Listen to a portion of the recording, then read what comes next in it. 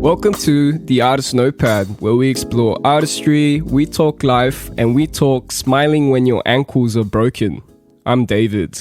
And I'm Jack. Thank you for joining us for this week's episode 10 Artistry with mik96. Today we're going to be chatting with Mik about her journey as a singer-songwriter and what she's got in store for us in the future. But before we jump to our interview with Mik, David, how are you doing? Jackie, my boy, I'm having a fantastic week once again. My holidays have ended, sadly, but my AIM career is coming to a close. So, Korea, praise God. Praise God. I thought in careers they normally pay you. Yeah, it's not really like that at AIM. Hey, you pay them an absurd amount of money and you're in debt for a while, but they give you education. So that's a plus, I think. And you make connections. Yeah. That's what they tell you. Yep. And the listeners right now can't see my background on the Zoom call right now, but last week I had the world's greatest egg sandwich. I just wanted to tell that as part of my story. So, yeah. I'm glad you did, man. I'm really glad you did. The crusts are cut off. Ooh. So it's just a Were you one of those kids? Cloud did you, when you were younger, did your whoever made your sandwiches cut your crust off? Nah, I didn't get that kind of love growing up. I always liked the crust, I always felt, because I was a hungry boy at school, right? And I always felt like without the crust, like you'd struggle to fill up, Well, what'd you get for what sandwich did your mom make you when you went to school? I got maybe 5 different options that cycled. Every now and then I'd be lucky and we'd have like meat or sausages like the night before, and then I'd get like a sandwich, a bit of a gourmet sandwich with leftovers, but generally it was, ham, cheese, jam, like the usual, nothing too exciting. Ham, cheese and jam? Not together. That's a weird mix, bro. Who does that? Not together, not at once. Oh, okay.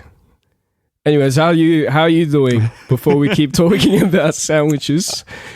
I'm not too bad, man. It was actually really I need to get a little like jingle for my weather report each week, like boom boom boom boom, Jack's weather report, and then it just goes like, and then I just tell people how the weather was today, even though it's not even the day that they listen to it because it's a podcast. Yeah. But, they would want to know what the weather was like 4 days ago. So yeah, exactly, because they wouldn't know. So it was good today. It was nice. It was sunny. It was warm. Went for a walk. I'm coming back for a bit of a hamstring tear. So I'm sort of like why'd you working do that? with that.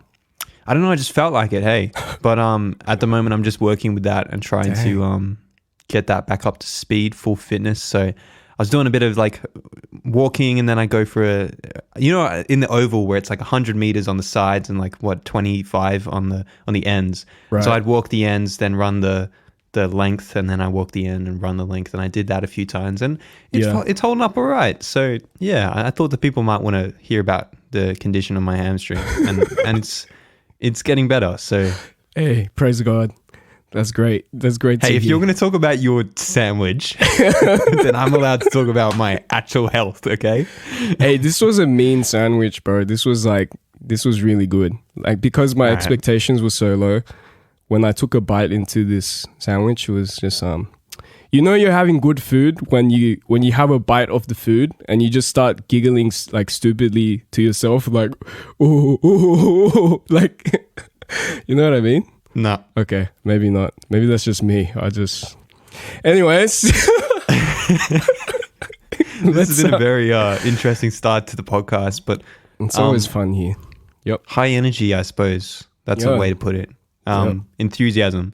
And let's hope that our enthusiasm continues when we actually finally bring our guest on today. So, David, do you want to welcome Mik onto the show? I would love to, Jack. I would love to.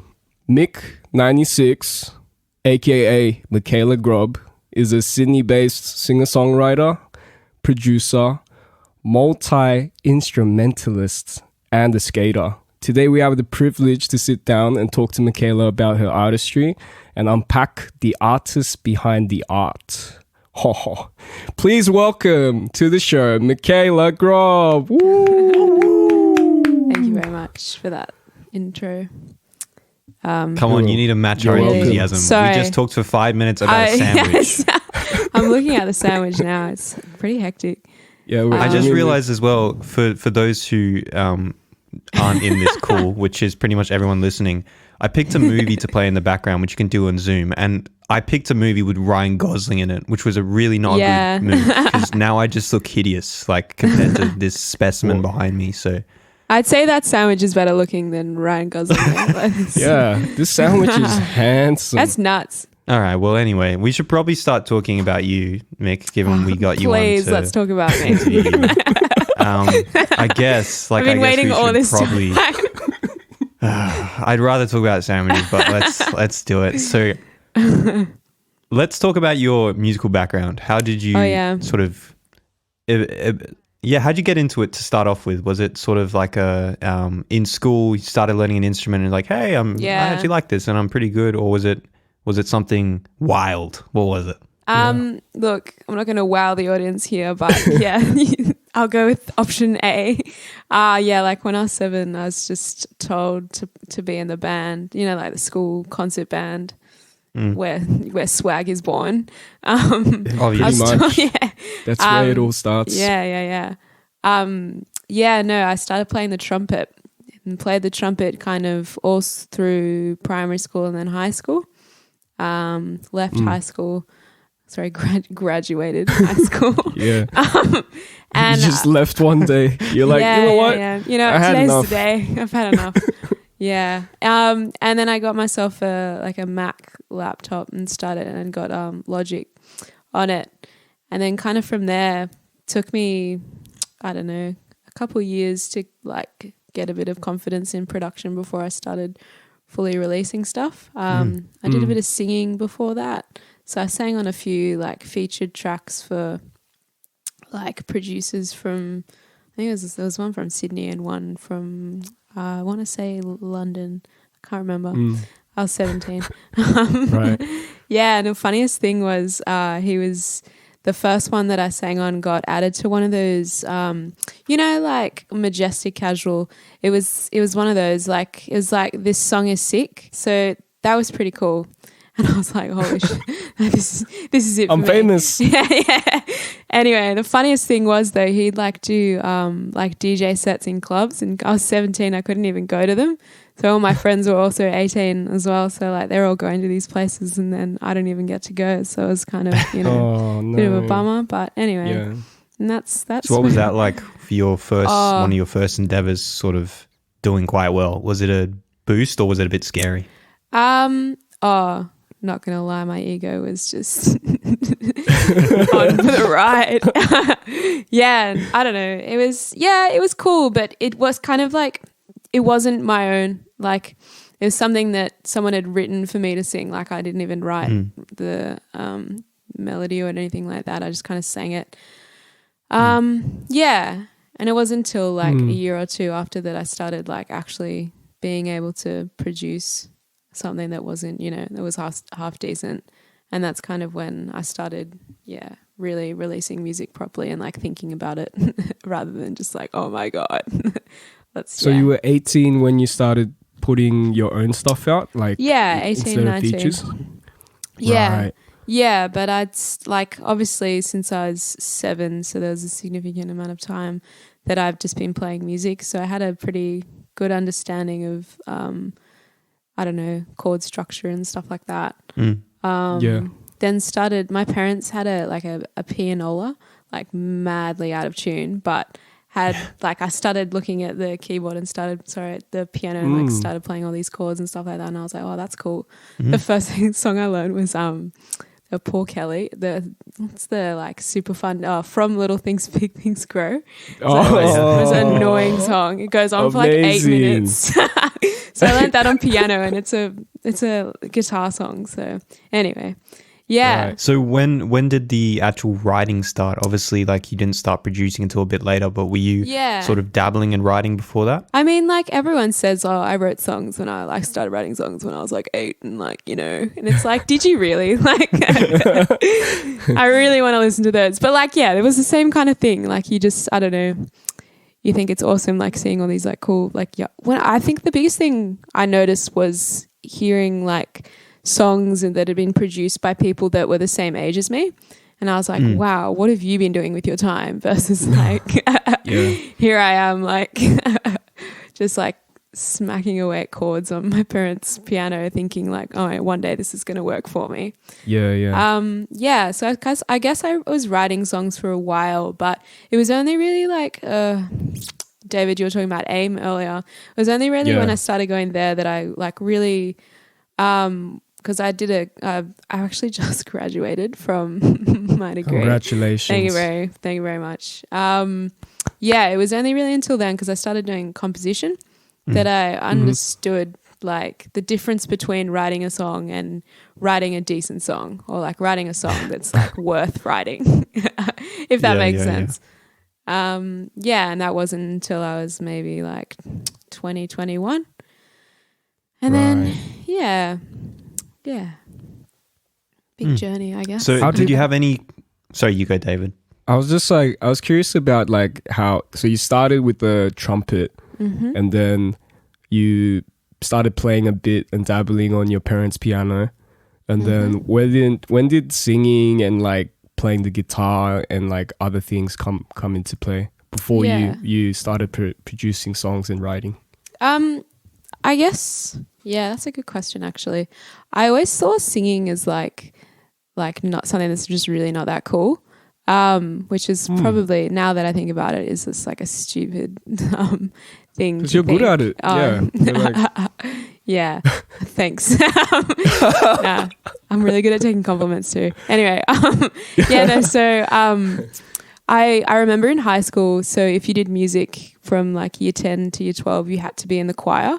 And I was like, oh, this is just the worst. Like, I didn't know. And it was like 7:30 in the morning on a Wednesday. I just still remember that. I had something similar as well. I wanted to be in like I used to do musicals back in the day, and I wanted to be in a particular production. But I wanted to, like, it was one of my last ones, and I wanted to get like a pretty decent role, or like one of the leads. And they're just like, you have to be in the choir to get picked for it. And I'm just like, what is that? Oh, it's horrible. Yeah. And as soon as I got the role that I wanted, I left that same day. That's like blackmail. That's straight up blackmail. But it sucks. Like at that time in the morning, it's like the worst time to be singing. Exactly. But and they always, like, no one could sing very high, and so like even I didn't have that high of a voice, but because I was a little bit high, they would put me in like because they have like tenor 1 and tenor 2, which like tenor 2 sings higher, so they put me in that, and like at 8 o'clock in the morning I'm singing like at the almost top of my falsetto, register for and it's just like, oh, I know, sucks. 100%. Trauma. The thing is as well though, like trying to sing choir music is hard. Like unless you have like perfect pitch, or like you've sung heaps and like read music and sung, like it's really hard. Especially if like, it's divided into like baritone, tenor 1, tenor 2, then alto 1 and 2, and then soprano 1 and 2. It's like you're hearing all these different things and you're like, how do these people do it? Anyway, so that was uncool. And then I don't know. I honestly, like, now that I think about it, I don't really know when the birth of that was. When I started singing for like pleasure rather than being blackmailed into doing it. I mean, that's the biggest thing. Like, this is like way off track, but I used to be a swimming teacher. And the biggest, hang on, we'll come around full circle. We love stories. Honestly, I don't mind if we don't come around full circle. Let's just like, this is going a good direction. So like teaching kids to swim, like again, is like, who wants to go swimming at like 8 o'clock in the morning on like a Saturday morning where you're like meant to be like, like watching, I don't know, cartoons. Yeah, exactly. Like Kim Possible or something. Anyway, the biggest thing though was like the kids that like hated being there were just like the worst at it. And it's the same thing goes for like being in the choir, like people that just did not want to be there but were forced to, just like absolutely hated it. So it wasn't until like after I'd left school and like I could start writing my own songs, or like, picking up a guitar and playing a few chords, or same with the piano and then singing along, that it was like actually fun to do. And so it's kind of from there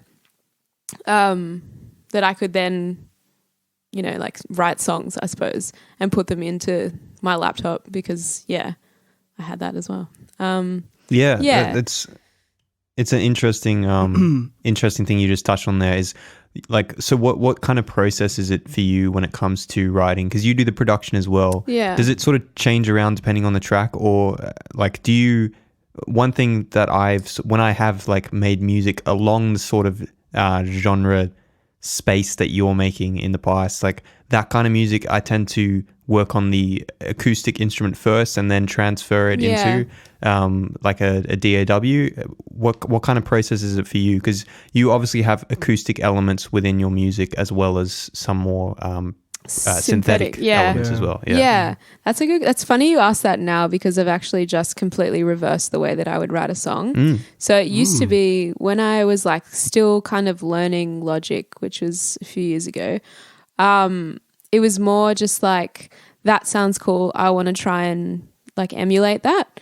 So like I think like I can't even like pinpoint a song, but so songs would start with me trying to find a similar synth sound to something that I'd heard that day, and then just kind of creating a song around that, rather than like not like copying the same chords of the song or whatever. It was more like finding this cool sound, and then it would kind of just blossom from there, which I suppose like now that I think about it, like trying to write a song is like, I really want that back, but I've kind of reversed the way that I write songs now, where I like will just pick up my guitar or like start playing the piano or something, and then just really try and force out a song before I put it in to Logic, which honestly I don't think is the most productive way, but it's kind of just like a writing exercise I'm doing at the moment. Interesting. Yeah. So just to clarify, like in the past you used to find sort of like a sound that was interesting to you, and then that would inspire an idea? 100%, yeah. I didn't really like to start with an idea and then go from there. I don't know, I just kind of found that hard. I'd prefer to just start building something and then write a song, or the song just kind of writes itself as I went along. Which is kind of an odd way to... because some people would say that's more difficult for them. Yeah. But to each their own, I guess. Yeah. I mean, that's kind of become more difficult to me now, though, because I have reversed the way that I've done it. So the 3 songs that I have out as mik96 were all kind of written the opposite way. So all this music that I made like a while ago under like a completely different name or whatever was just kind of all stuff that I found in Logic that I thought would be really cool and sound cool or whatever. But now I've come to the point where there's not really much else that I want to explore in Logic, if that makes sense. Like I'm kind of at the point where like I can make sort of whatever I want, but so it's not as exciting anymore. So in a different way. So I'm just kind of writing a song and then using skills that I already have to then bring that song to life. So those 3 songs that I have out at the moment were all kind of born from playing guitar, now that I think about it, except for, I have a song called Season Finale that's out, which I just kind of found this cool chord progression and then built the song that way. Whereas Company and Water Me were both written on guitar first before I did anything else. I just wrote the song first. And then, so with tracking back to like the acoustic elements of those songs, that's how it started. So I just have like a little Baby Taylor guitar that's like 3/4, which is really nice to play because it's just like accessible or whatever.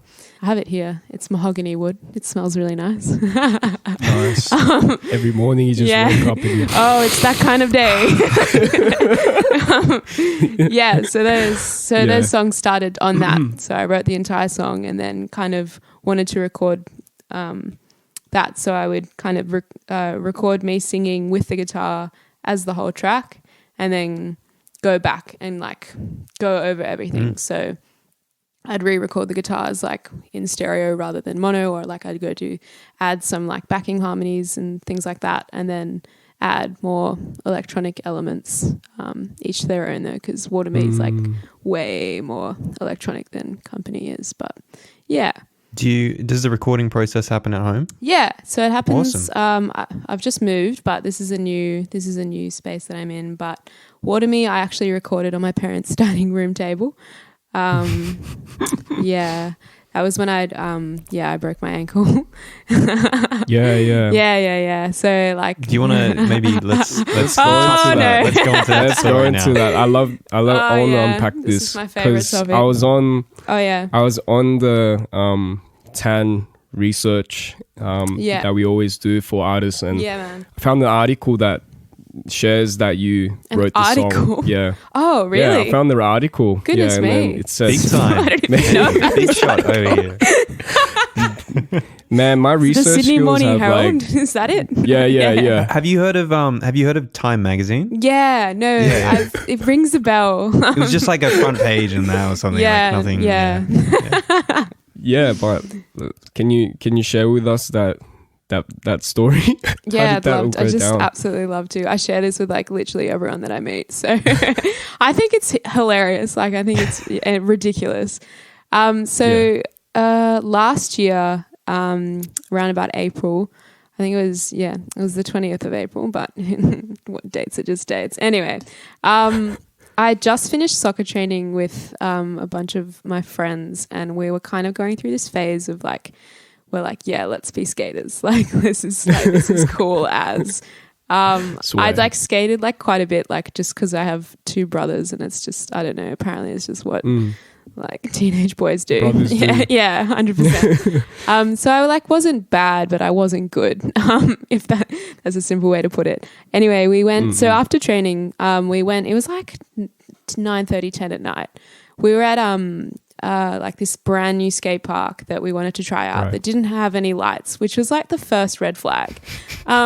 Ignored it, and we decided we'd like continue skating, even though like we just trained. So we're like, like my body was like quite tired, but brand new skate park, it was sick, like I was in a bowl, like going round and round a little bit, just trying my luck a little bit further. Sure. And so I tried on the last time I went around, I tried to flick up my board. This is hard to explain without like using my hands. show us with your fingers. How about I show you with my tech deck? Yeah. Anyway, so I was going round and round, and I tried to like skip the board up so I could completely turn the front of it. And my foot slipped off and like just gripped really well to this brand new concrete, because it was a new skate park. If you were listening, And so I don't really like. I don't know if it's just my brain that's blocked this out, but I don't really understand. Like physically, I don't understand how this could have happened. Like it was just like I fell like 10 centimeters and was going like not fast at all.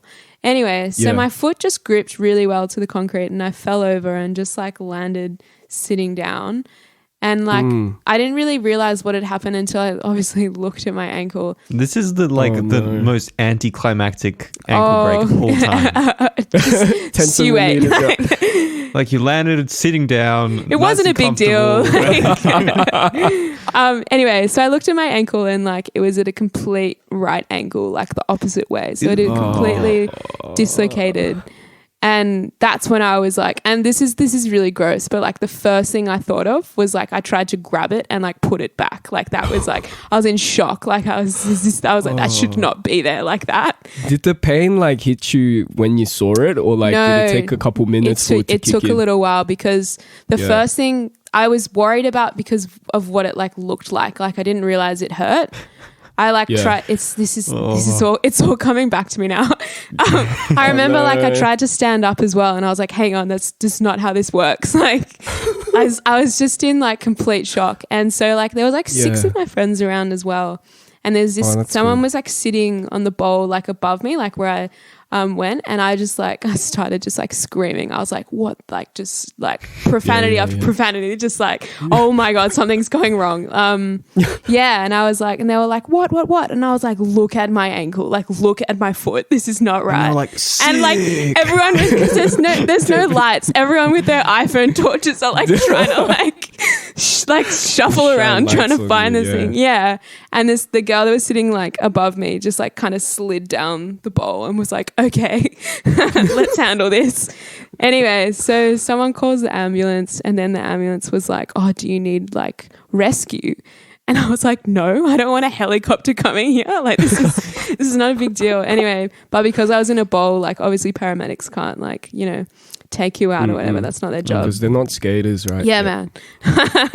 Yeah, so It'd be two sick ambulances. if they were though. It'd be cool if they like skated down the bowl and then pulled you in and went back up. So like 2 fire engines turned up, 2 ambulances and like 1 cop car. Wow. Because it was like late at night and there were no lights or anything, and like I was yelling a bit. It was pretty intense. Were you screaming profanities until the cops came? Yeah. And then I was like, oh my God, hey guys, nice. like, how's it going? I'm fine. I'm fine. You guys can go. I'm fine. And they gave me like, you know, like the green whistle and stuff, and it was pretty hectic.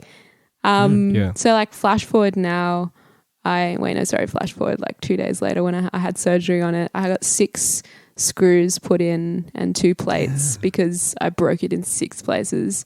And that wasn't even like the worst of it. Like the worst part was that I dislocated it, so I had no like tendons left. Tendons? Is that how you say that? Tendons? Your Achilles. Yeah, that's right. Yeah, that's right. Yeah, that one. So like they were all like gone, and there was just like anyway, it was pretty From nasty. that experience sprouted a beautiful song called Water Me. Yeah, it's got absolutely nothing to do with me breaking my ankle as well. Yeah, but it was a good story. It was a good story though. Yeah, we needed to hear it. let's talk about the song now. Yeah, because we've been talking for a while and we've managed to avoid your music mostly. This is perfect. So let's finally talk about it. So it's interesting. You chose to call this a single, an SP. 3 tracks. You maxed out the single play category. I'm sure there's many people out there who don't know that a single can be more than 1 song, let alone 3. That's nuts. Yeah. Oh, EPs have been heard to be 3 tracks as well. So where did that decision come from to make it a single? To make Water Me a single? The whole project tracks. Yeah. Look, I think you know more than me at this point. So, look, to be completely honest, they were just 3 songs that I thought were cool. Okay. And I'd kind of just wanted a body of work that was out that people could kind of gauge what my production level was and what like my songwriting was, and like, you know, all these different things, because when I kind of released the first song out of those 3, season finale, I wanted, I kind of got really on the train for people like emailing like labels and things like that, being like, hello, this is me. This is the song that's like kind of like a benchmark for what I can do. Like, please talk to me. Which is like, I don't know, the most annoying, like frustrating thing to do. Like I just hate the business side of music. And I was like, for sure. Up until that point, all my kind of music at that point was just, I don't know, it just didn't quite represent what I thought was my level of like production skill more than anything. Right. So where was your music to at that point? Where was your music before it went on to the streaming services? Yeah, so I had check it at the SoundCloud. You didn't do your research. SoundCloud. Yeah, the biggest. So I don't know. I'd say like my biggest successes with my music, if that's, I don't know, it's kind of a silly gauge point, but I did heaps of remixes. So I did a few remixes for Triple J Unearthed. And for some reason they were just like quite successful, and like, so like they had these so the first one was a Hermitude remix competition, which I did, and I was like a finalist in. So I was like one of 5 people, which was pretty cool.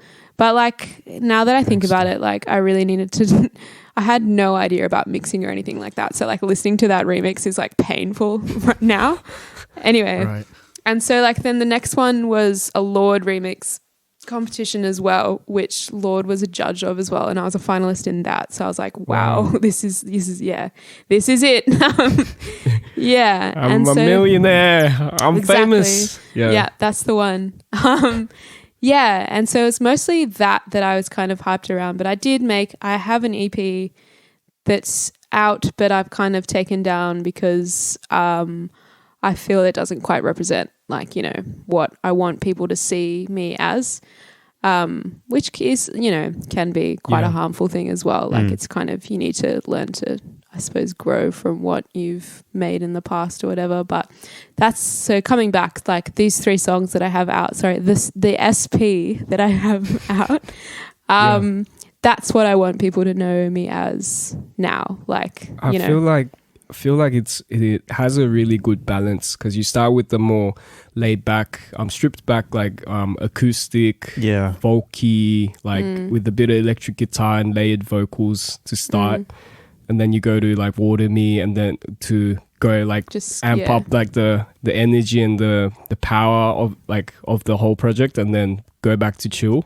But I feel like it's really balanced nicely. So well done, Mikaela. Thank you. Yeah, I mean, that was kind of I know you said that you're not great on compliments, but I just wanted to say that I found it really quite impressive, to be honest, as a first release. I know you've obviously written stuff before and you released stuff on SoundCloud, but this is your first official all streaming services release.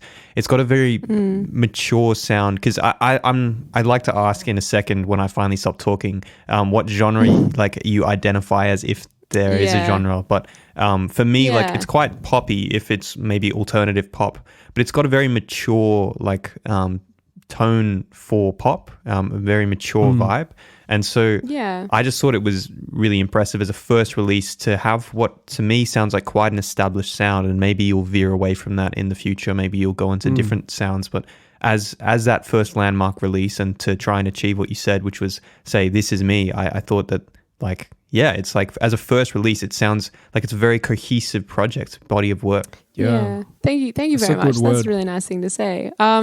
That's kind of what I wanted it to be as well.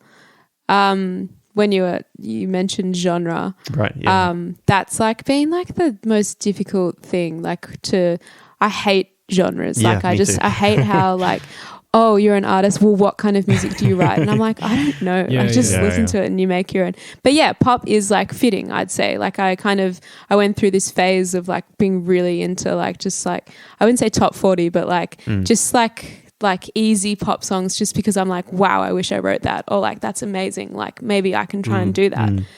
But at the same time I was like, no, I'm not actually a pop artist. I could be, something else. Like if someone asks me what kind of music I make, I usually say like, oh, folk music, but like electronic, if that makes sense. No, I can see like, that. Yeah. That's how I'd like describe Company, whereas like Water Me is similar as well. But then season finale is just like left of field. Like who knows what that is. It was interesting, because the first time when David sent me your music and I listened to it for the first time, there's a section in Water Me, and I wanted to, I mentioned this to David earlier on because I want to talk about this. I think it's really, really cool. Yeah. It's as you're going into the last chorus and you say When I Grow, the way that you sung that, I was just like, that's kind of like Stella Donnelly, who's an artist who I really like and appreciate. And then just like going onto your SoundCloud and seeing that you did a cover of Mechanical Bull, which is arguably my favorite Stella Donnelly song. And I was just like, so she knows Stella. So I was going to ask, like, is there any kind of inspiration there, or is she just an artist that you like? I think she's mad. Like no, I think she's really cool, and she does have a really interesting way of writing songs. I was like, funny you say that. I was literally watching a video of her the other day. It was her Tiny Desk concert. Yeah. She had a Tiny Desk. Yeah. Yeah. She's like, I don't know. What I really appreciate about her is how she like sings solos. So like she has this, and like I do that like every time I'm like jamming or something in my room. I'm just like find myself just doing, she describes them as like sad violin solos or something. And then she goes on, sings like this mad, like falsetto, like crazy things. She's got and I was an like, wow. amazing voice. Yeah, like, she has insane pitch as well. Like yeah. But what nuts. reminded me of it in Water Me is there's a sort of like that line that I was mentioning. It sounds like you've sort of made your voice sound strained, but it's just like a sustained strain, if that makes sense. Sustained strain. Yeah. It's sustained like strain. It sounds almost like it's close to breaking, and it's like a difficult note to put out, but it just hangs, and it's just really nice. And it reminds me of kind of like Stella does that a bit as well, and it's Stella, first name basis. Oh yeah. Like best Miss mates. Donnelly. it reminds me of like the way that Stella Donnelly like sings. I'm trying to think of a particular track where she would do it. I think probably Boys Will Be Boys. I think she does it in that track. Like she hits some notes where it sounds like her voice is about to break, and then it just like it's just like it clean. doesn't. Yeah. And I think I was just going to say, like, is that something that you've worked on, like your control over absolutely your tone? not. No, absolutely it just not. comes out naturally. I mean, like, to say, it just comes out naturally, It's but like, talent, it's kind of like when I'm seeing sheer swag. No, like it's funny you say that because I wouldn't have realized that unless you'd said something, but it's kind of the way I was trying to convey the end of that song was just sheer like struggle. That's kind of what that like chorus drop is. It's just like heaps of like frustration or whatever into this, and that's what that is. And it's like, the last line, water me so I'll grow. It's just like, please, just like, Yeah, I suppose that's what I was trying to ask, but badly. And I suppose like when I was listening back to a few of the takes, like I remember this, I was like, well, so okay, another one, we're going left of field. When I used to record songs, I wouldn't record the song all the way through. I'd just sing like a verse and be like, oh, that was all right, I'm going to do it again. And so I'd try and get the verse perfect and then stop, record again, sing the chorus and sing this or whatever. But Water Me was completely different. Like I would sing that all the way through because I had written it in the way that I was talking about before, like so just like playing the guitar and just writing the song first. And it's a really hard song to play on guitar because I retuned it and my like fingers were like so sore.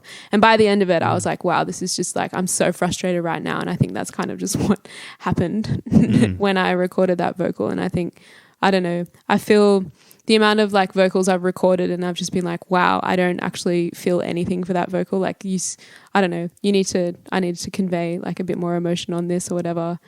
And I suppose it kind of just all happened at the right time for that particular take in Water Me. I feel like for like in my experience working with a lot of like recording artists, like a lot of the time it just happens like that. And it's normally one of the earlier takes. For you, it wasn't. It was like one of the later takes. But often it's just like you're not even really thinking about it and you just sing something in a way that's like so loose and natural that it's not intentional. And it just comes out in this quite artistic way. And sometimes like often actually, even if it's not the best take, it's got the most character. And it's interesting that like sometimes it's just when for you, it was just sort of you frustrated, almost giving up. And so it's just like very, just like, and then it just came out and it's just like, oh, that's the one, Yeah, it's kind of funny you say that as well. Like, cause I do like I worked in the studio like 2 years ago or something. Anyway, and part of that was I recorded these songs for the guy that owned it. He was like trying to record this like triple album or something. And I did heaps of like singing or whatever. And I just like distinctly remember because I don't really record much of my music in studios because I just really don't like studios.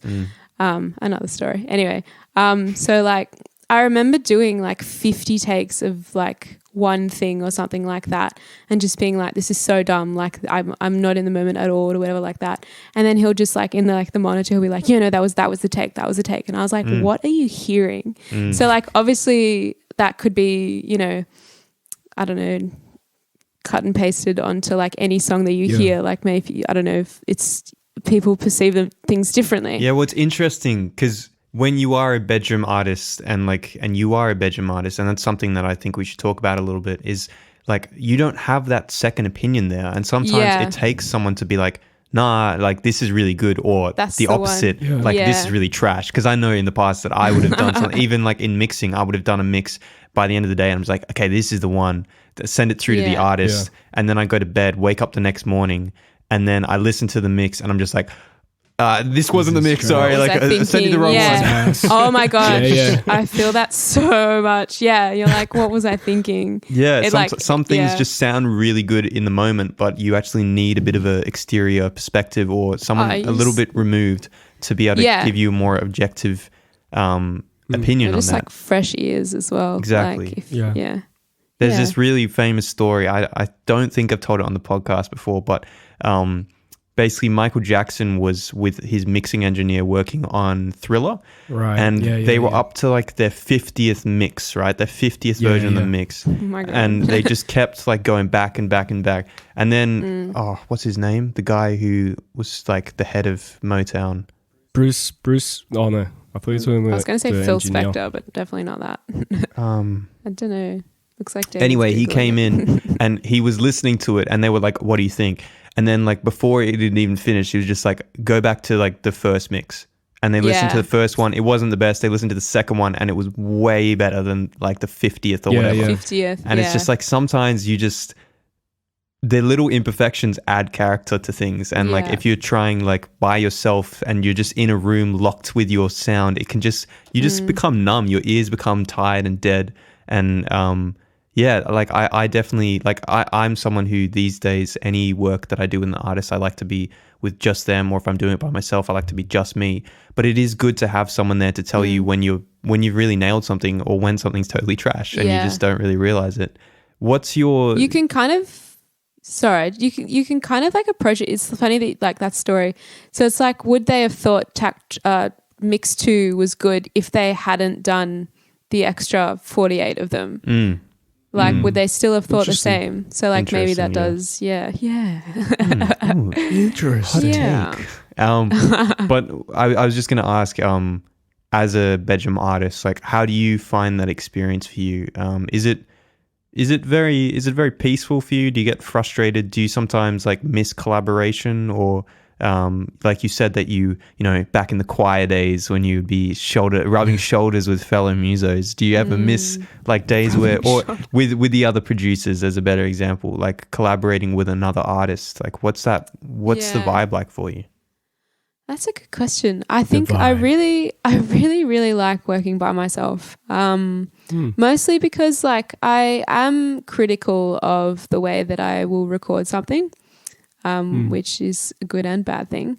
But in that, so I've actually just finished off a song that's going to be like a new single as well. Yeah. And the way that like I wrote that and produced it and like finished it all in 3 days. And so like that's how I know. It's weird, like, because that's how I know it's going to be a good song, if I'm like really like on that train of like, wow, this is exciting, like I want to keep doing this. Whereas like if I picked up if I'd written like half of that and then picked it up like now, like I finished the song like 2 months ago, but if I'd picked that up and started writing it now, I'd be like, well, this is crap, because like, you know, I'm not excited by it anymore. 100%. I'm totally. So I find Yeah, and it's kind of like the same as like with recording a song as well. So like if I've written a song and I'm going to be like, right, I'm going to record this, it's kind of lost its spark if I've written the song like more than a few months ago, because it's just, I don't know, it's really, really annoying. Do you tend to write? Starters. Do you tend to write tracks like quite close together as well? Do you have a similar thing with like remove the post-production or the like recording process? Like for you, if you try to come back and finish writing a song, is that the same experience of like it's just like awful.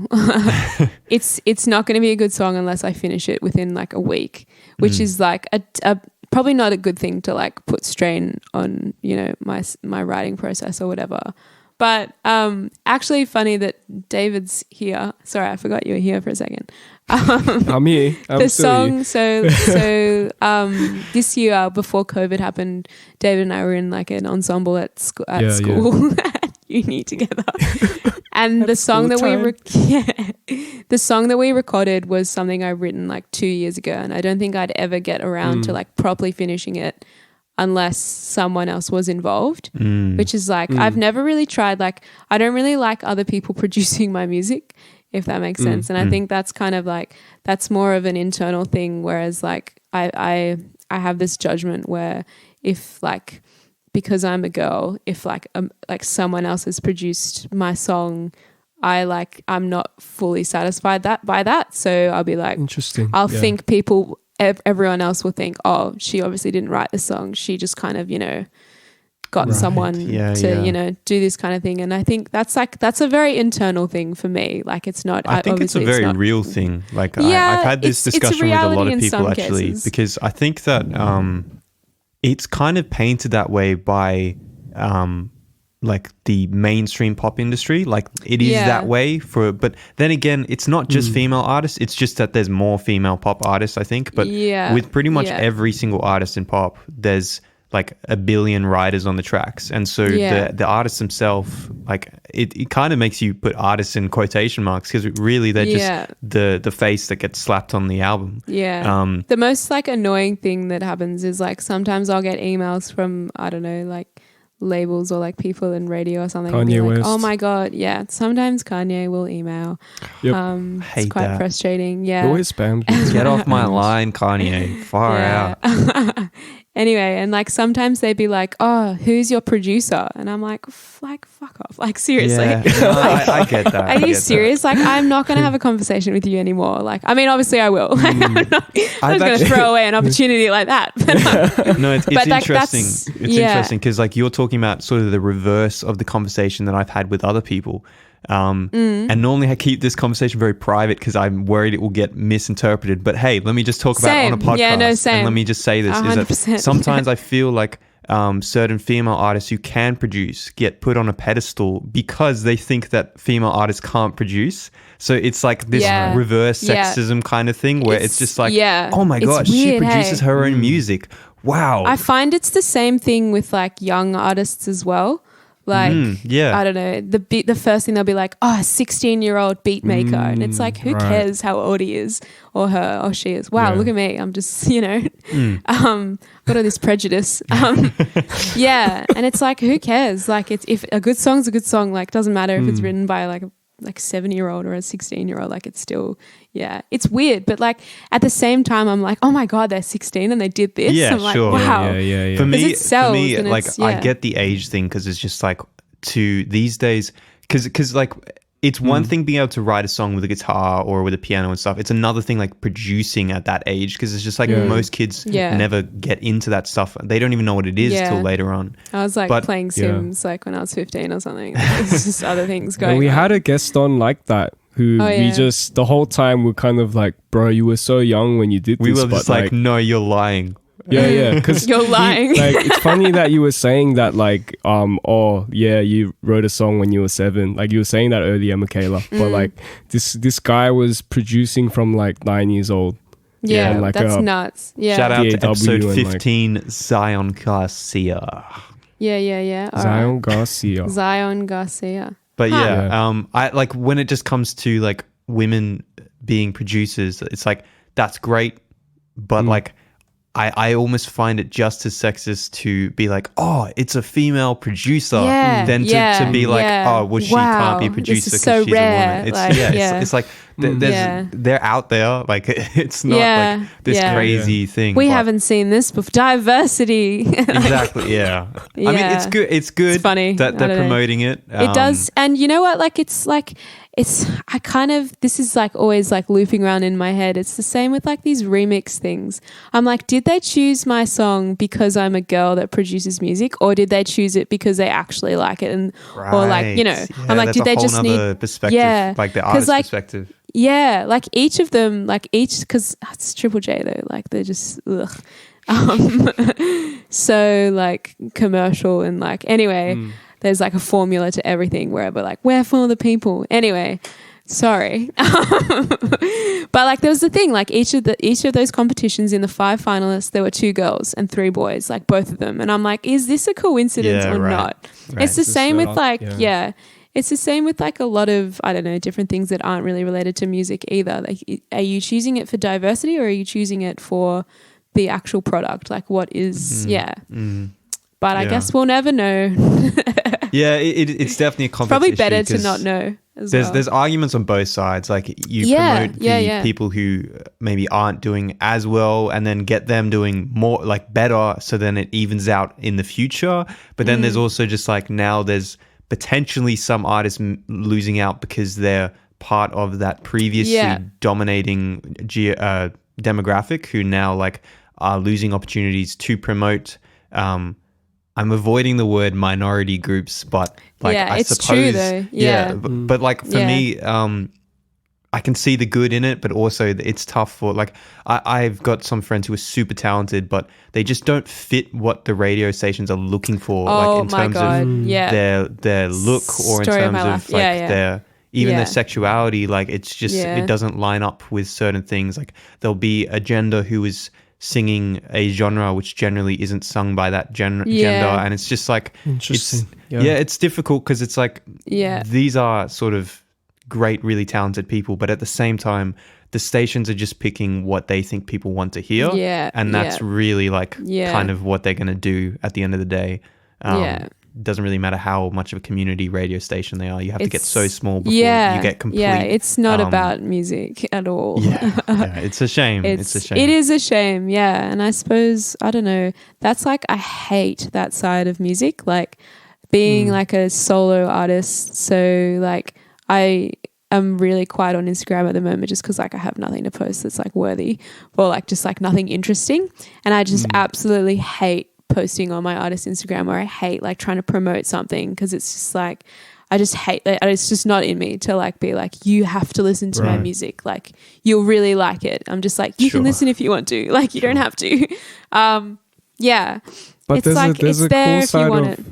There's like a cool side of being, I think some people want that just intimacy with an artist that they listen to as well. Yeah. So me too. Like I do that as well. Yeah. Yeah. So like you putting up like you making a desk and a chair during this during this time and like putting it on your stories and stuff, like getting like little glimpses of just ordinary life. For sometimes sure. It's quite refreshing. They're just like us. Yeah.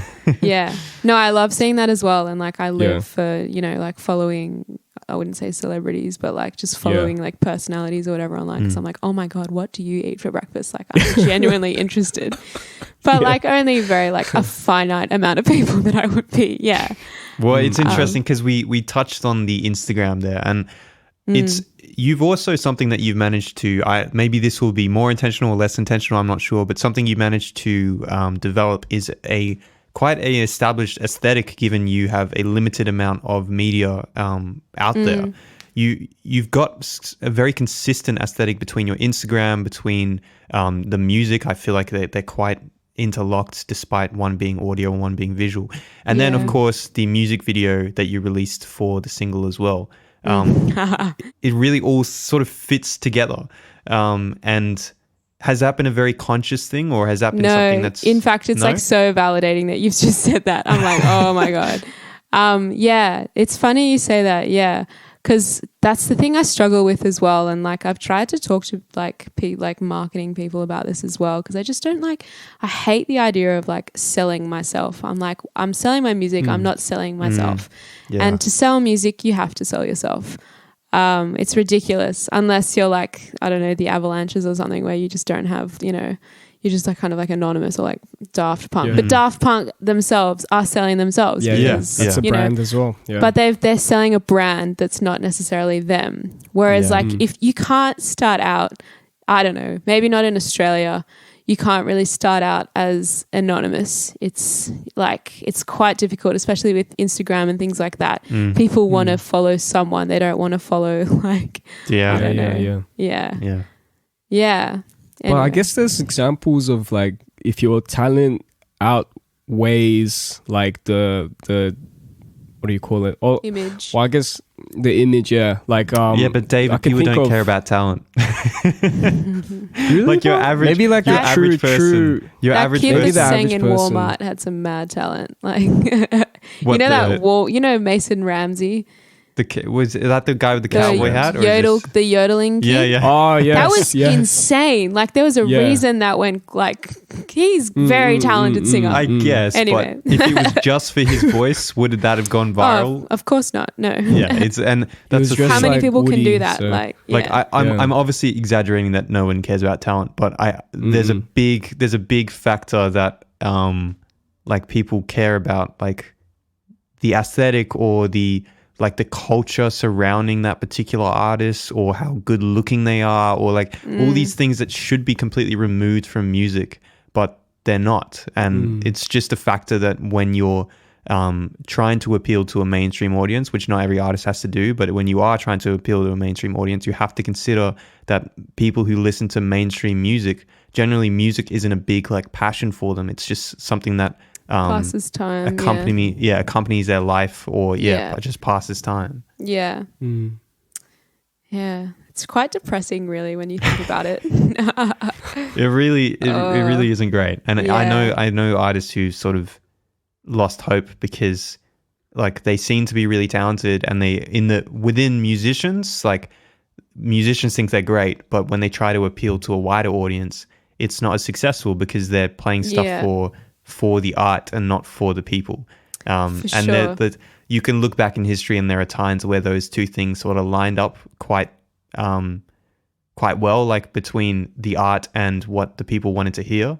We're sort of in a stage of music right now where artistic music is, I think it's coming a bit more back into being fashionable, but I think that generally the sort of music that's fashionable is not the sort of stuff that's like pushing boundaries from an artistic perspective. Do you know, like I think Lord does that really well. Just right. Big statement from it. Anyway. Is that all? You got anything? Yeah, sorry. Just signing off. Yeah, so like when Lord came out with Royals, I was like gobsmacked. That was nuts. I'd never heard anything like that before. And she made a full album of it and then just like disappeared. Like that was it. Like she did the whole like tour circuit or whatever. And then her follow-up album was like completely different, and it was like stuff I hadn't really heard before. Like I haven't heard this, but like 100% could get on board because I knew that she had grown as a person. Things had happened to her between releasing her first album and her second album. Obviously she became like mad famous as well. But I think she did such like a really good job of, I don't know, changing her character to suit, or kind of changing her music to suit her character, if that makes sense. I agree. And I think she does it really well. And like artists kind of similar to, I can't really, honestly, right now, can't not think from the top of my head. But like she has no social media presence when she's working. Like there's nothing. Yeah. Really? Yeah, like she just doesn't post on like anything, or she'll like, you know, like something, or like, I don't know. She you can tell like in her Instagram. interviews, she's not there for it. Like she doesn't like the publicity side. Yeah. And then, I don't know, you see people that do like that and you're like, wow, this is what sells. I honestly cannot think of another artist that does that, but I'm sure there are plenty. You sort of have to find an artist who got big virally, because the sort of artists that get big through big record labels, generally they'll have all that beaten into them already, so they have to be the full package. Lord, because she got big so quick, she was able to negotiate how she was going to act. She was the boss. Yeah, exactly. And you can tell, especially in some of her early interviews. Like there's one that I watched because I really liked that album, Pure Heroine, her first album. I wasn't big on Melodrama. There was a couple good tracks in there, but generally I didn't like it as much. But that's fair. I was looking into her interviews, and some of them she just came across as so like rude, and I was just like, oh, you've kind of put me off you a little bit. But I can tell that, like thinking back, it was really clear that she just wasn't about the limelight at all. I think that's why she acted the way she did. She was like, I don't want to be here. I'm here because I have to be here. I feel like Frank Ocean's like that, but he just doesn't do interviews at all. Like he's just not about it. And but you have to be big enough to be able to negotiate exactly. And it's like, how these people even start? Like Frank Ocean's career was really strange. He was like a producer first. Like he just decided he'd move to like Hollywood or something, and then just like just happened to be in the studio at the right time. Yeah. And then turns out he's just like an incredible musician anyway. So, wow, it all works out. Well, I think before we slowly start to like wrap up, I think I just want to wrap up back into your SP. And like, I was just wondering if like, but I was just wondering if like, I know you were saying that like the producing flex was like a big motive of the project. Was there also like a overall message that you really wanted listeners to kind of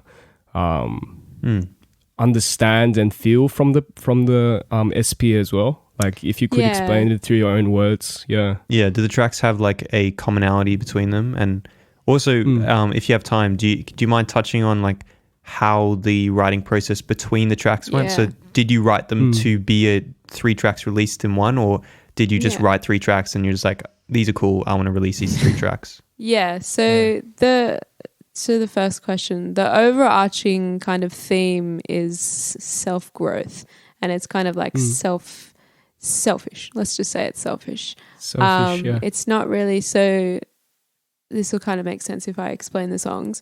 So Company, the first song, is obviously about enjoying your own company, and kind of like when you're in a relationship, you kind of, I wouldn't say you're robbed of your own company, but like you're kind of persuaded away from it, which is a really interesting part of being in a relationship or whatever.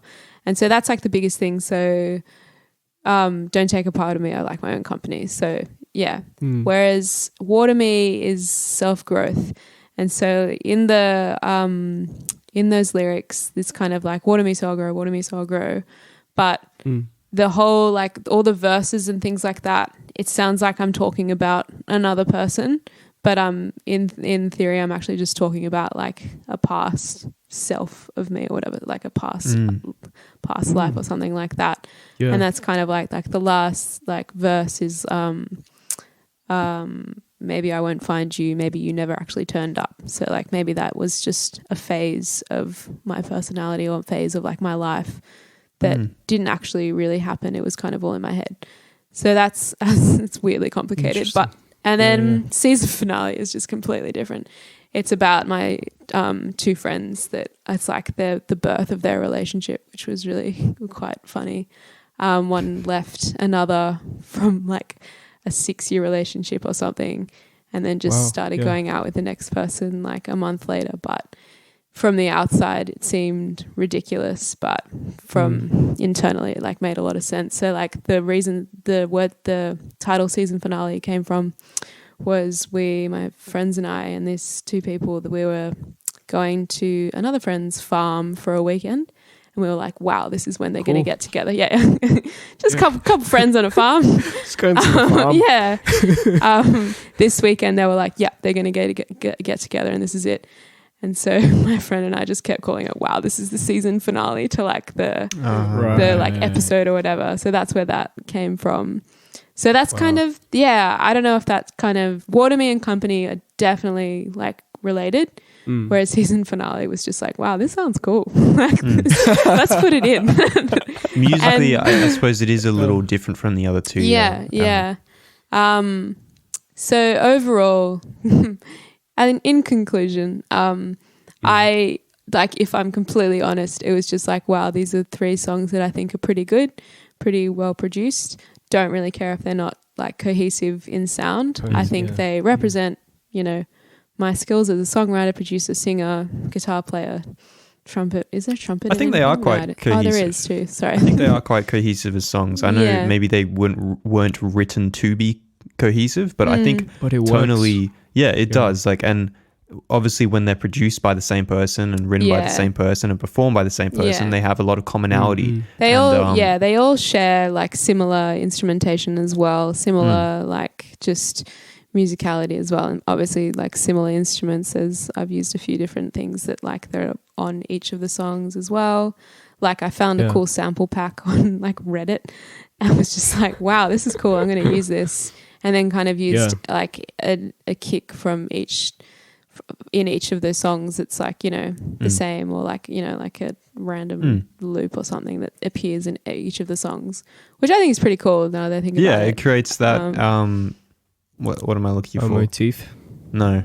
It's kind of like a subconscious connection or whatever. Like you wouldn't hear it unless you actually listen to it. I don't know the word that I'm looking for. It's definitely not what you were thinking of.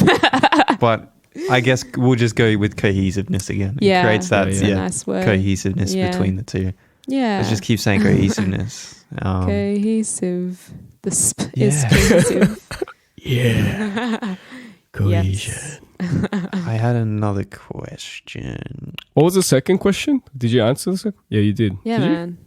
I think so. I was listening. Yeah, I was like... I wasn't listening. I was watching the movie. I keep getting distracted by the movie. But yeah.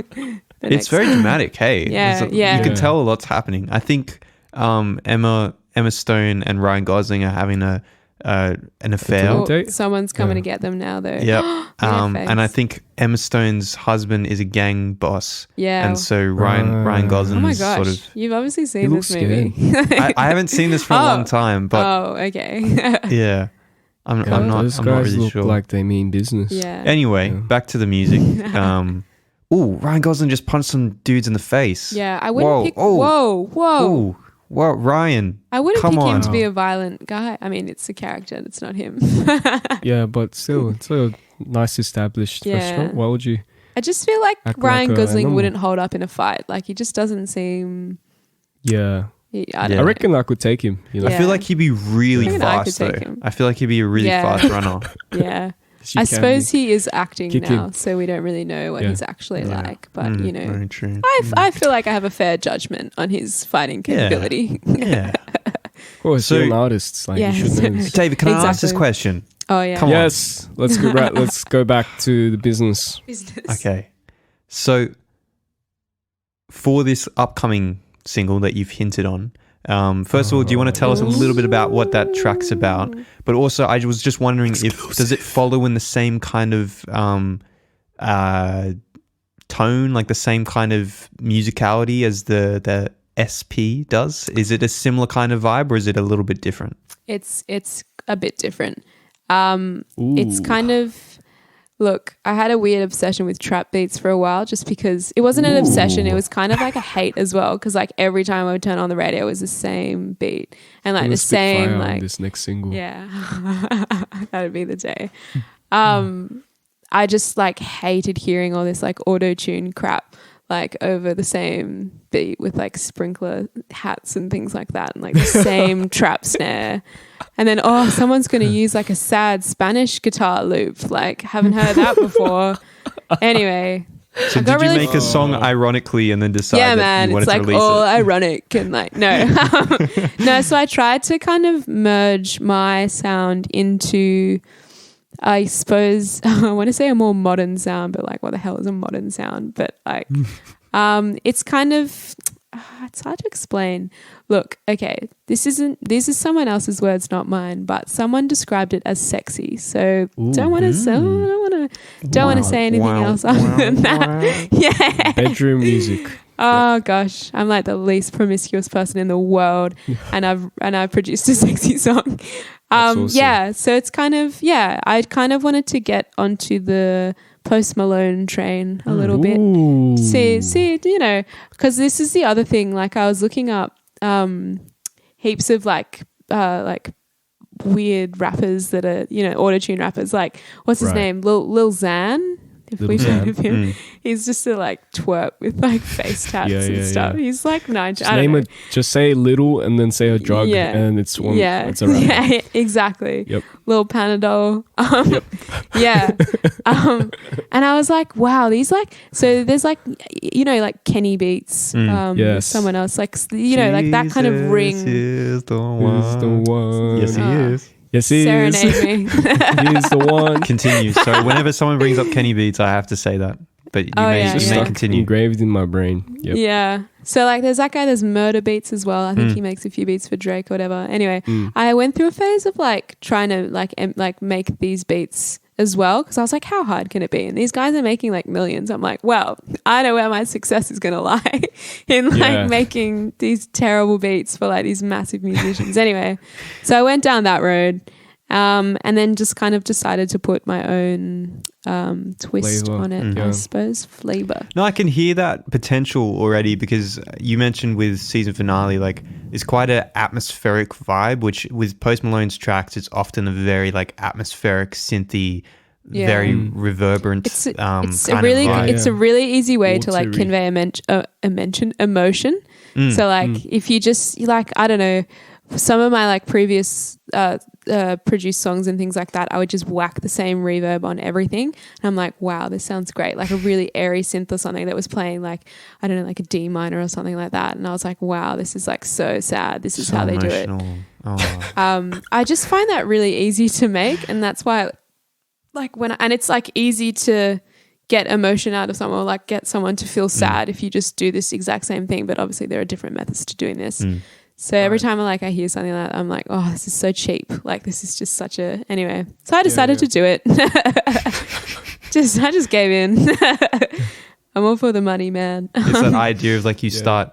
I've done it too. Like start like making something and it's like this is what everyone's doing at the moment. It's like this cool. is why they're This is doing cool. it. Like 100%. Yeah, that's kind of what happened with this song. And I like even tried to rap. Like there's like this kind of verse that's.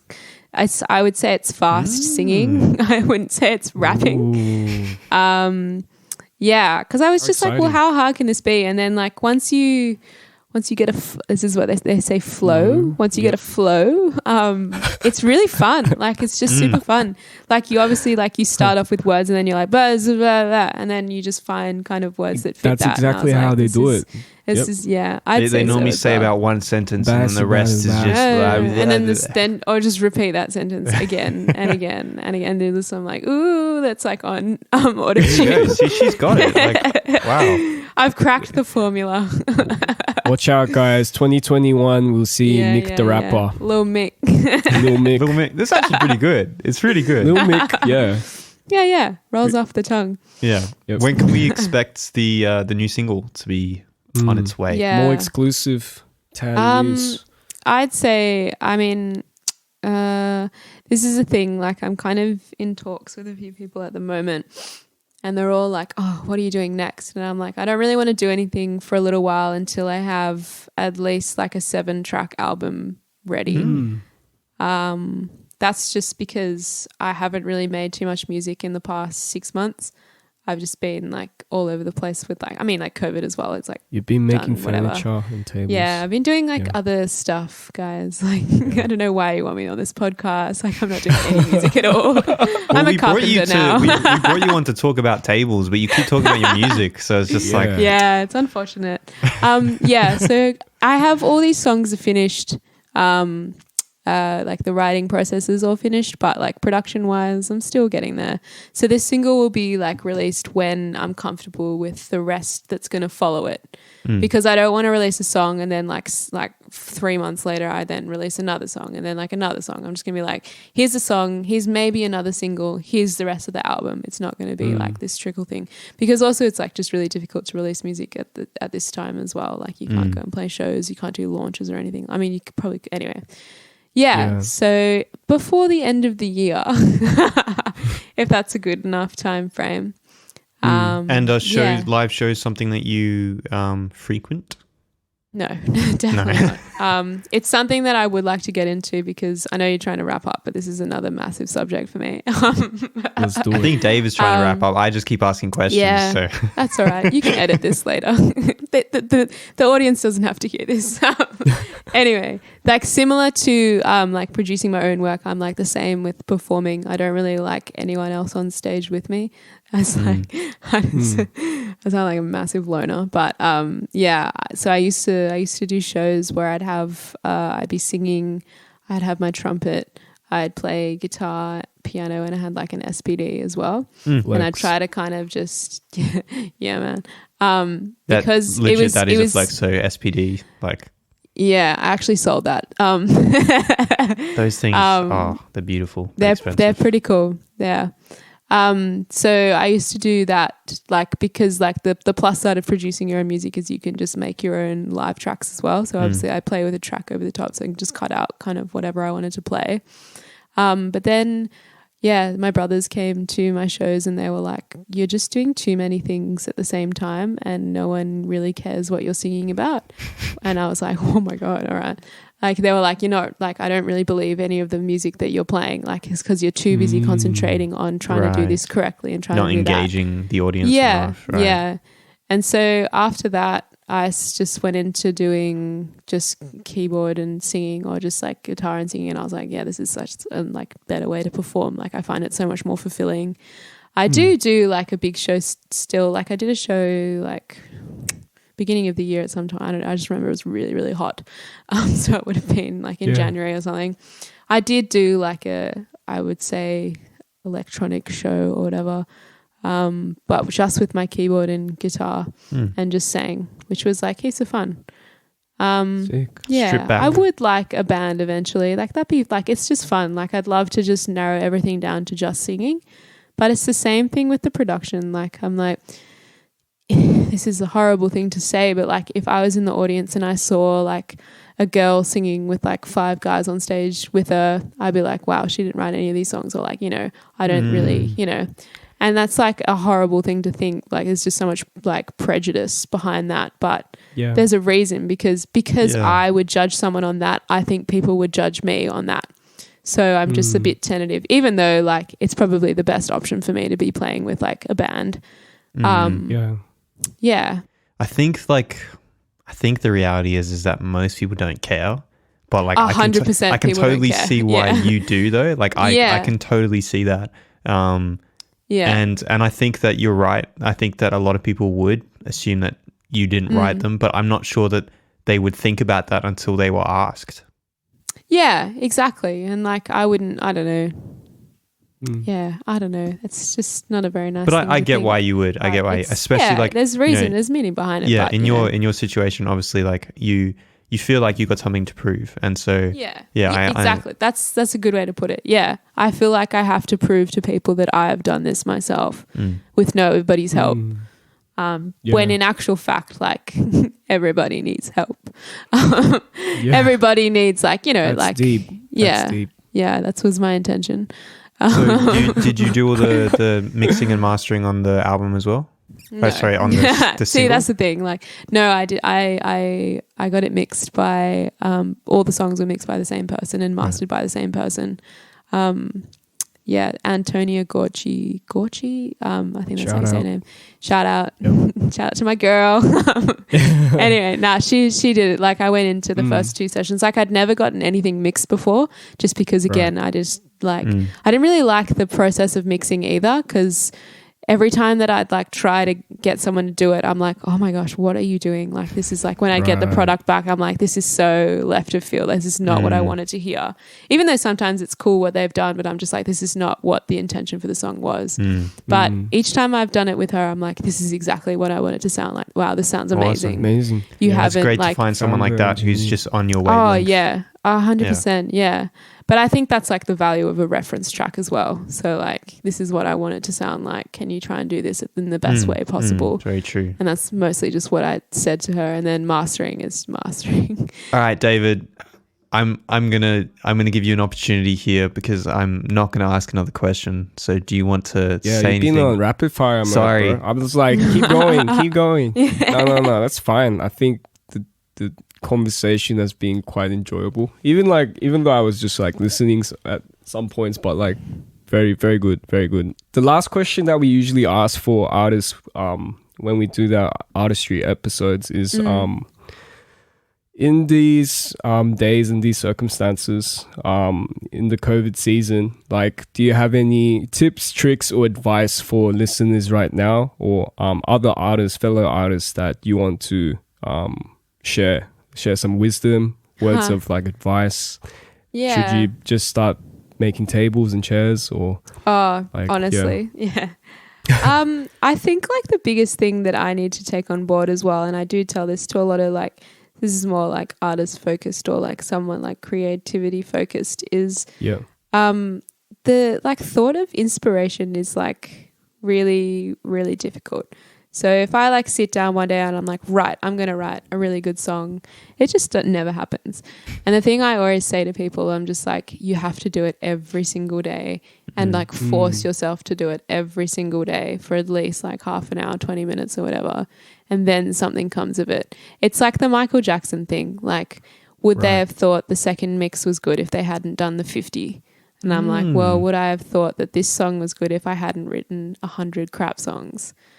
So yeah, I don't know. Brought it back to Michael Jackson story. Yeah, that's I planned this. Yeah, and I was talking to this guy who's like a writer, and I was like, oh, that's cool. Like, how's writing going? And he's like, oh, I just can't find any inspiration, and I haven't written in like months. And I'm like, oh, well, you should try just writing anything every day, even if it's like terrible. Like 1 out of the 100 is probably going to be good. So I need to take that on board as well, though. There's a do as I say, not as I do. I listened to a podcast by a guy called Blind Boy. He's a dude, he said this awesome thing, which was like, nothing is ever a failure if like you're writing to improve. So like it doesn't really matter if you stop focusing on the result and start looking at it as a process, and like understand that failure is part of the writing process. Without your failures, you're not going to reach something good. Failure is like not getting back up.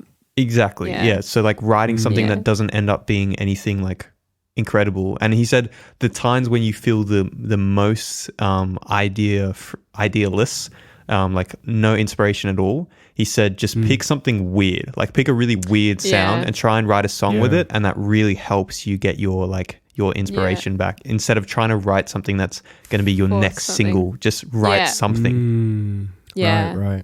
Pressure, man. It's a lot. But it's tough. It's tough to put in those hours. So tough. But then why are you an artist if you don't want things to be tough? Man. Let's be real. Just do it for the music. Like, come on. Are you really an artist? What are you in it for?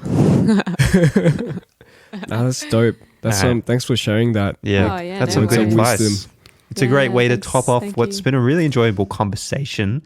Mick, Indeed. Thank you for coming on the show. Thanks for talking to David and I. Thanks for having me. It's been chill. It's been nice. This has felt almost 10 and chill at times, David. What do you reckon? Yeah, it was a mixture of different segments that we have on the show, but definitely enjoyable.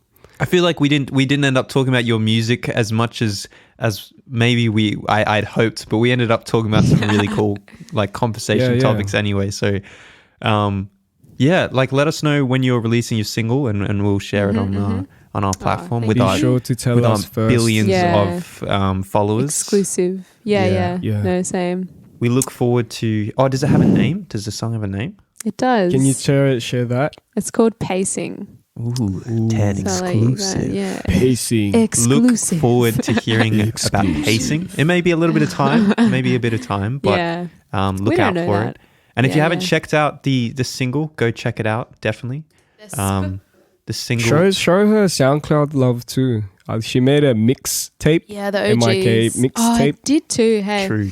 Forgot about that. I really enjoyed that. Yeah. Oh, thank you. Same. But yeah, the single is it's a titular single. It's called Mik96. I keep saying 69. 69. 96. That's the intention though. So that anyway. There you go. That was the foundation of. I was wondering whether it was 96. Were you born in 1996? I was born in 96. Yeah. So original. I was born in 69. It's the only thing I could think of that was anyway. Story to that. Mik96. Go check it out by Mik96. You got Company, Water Me, season finale. My personal favorite is Water Me. David, what's your personal favorite? I think Water Me is my favorite too, but it's a toss up between that and I don't know. I like Company too. Company feels very.